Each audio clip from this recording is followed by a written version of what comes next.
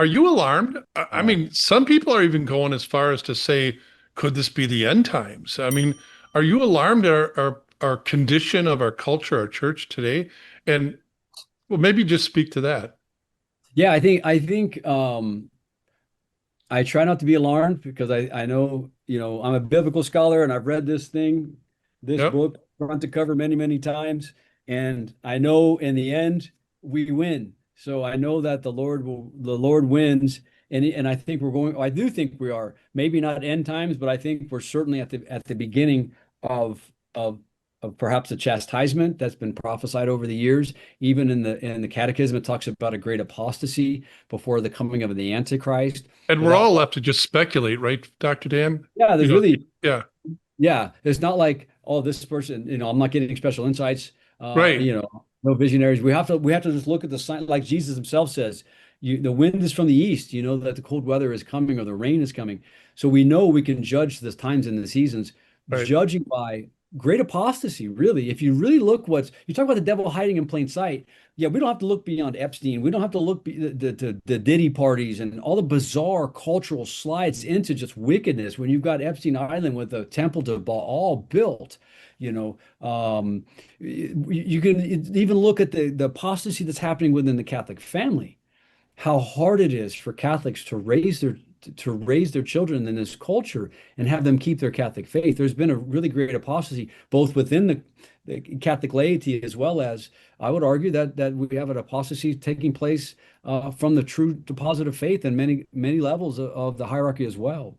And so we have Yeah. to just so it's alarming, but at the same time, it's like Mordecai told well, Queen Esther, you were born for such a time as this. So yeah, at times I'm like, oh my, this Hmm. is really bad. This is not going to end well. But other times, this is why I like to use a little humor. I quoted in my first book, I quoted Chesty Puller. He was a major, I think, during the Korean War. And they asked him, what's your situation? He said, our situation, we're on a hilltop, we're surrounded. He said, that means no matter what direction that we shoot, we hit one of the enemy. It's a great day to be a Marine. So we have to have that knowing that, hey, we are God's Marines. We're members of the U.S. Grace Force, and we are going to go out and do battle because this is what God has called us to do. We are spiritual warriors. We're going to do what St. Paul says: bear your share of the hardship of the gospel, as is fitting a soldier of Christ. And so being a soldier of Christ, we've lost that mentality. We think, well, that soldiering's for somebody else. No, you want to know what soldiering looks like? Let me pontificate for a second, Father. We just had the feast of Our Lady of Mount Carmel. Today is the feast of Saint Elijah, who did some soldiering himself when he destroyed the prophets of Baal. But the day after the feast of Our Lady of Mount Carmel is the feast of the sisters, the martyrs, the Carmelite martyrs of Compiègne in France. You're familiar with that. The 20 sisters or 16 sisters that went up the scaffold and they were all beheaded one at a time, chanting Veni Creator Spiritus, walking up, the Mother Superior holding a statue of the Virgin Mary. They said to the Virgin, they said to their Mother Superior, permission to die, Mother. Even obedience to the end. I'm asking your permission to die. They would kiss the statue one by one, executed at the scaffolds until the Mother Superior. One sister who had avoided this, was in the crowd, stepped forward and joined their ranks.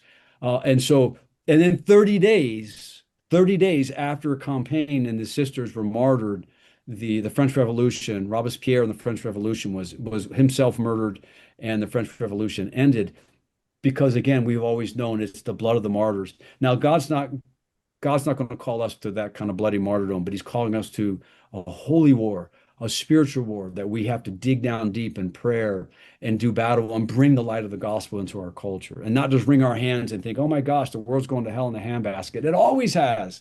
Remember the Billy Joel song, Father, when we were younger? We didn't start the fire.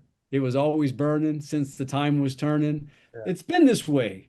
It's been this way. Nothing new under the sun. I was reading in the writings of Josephus.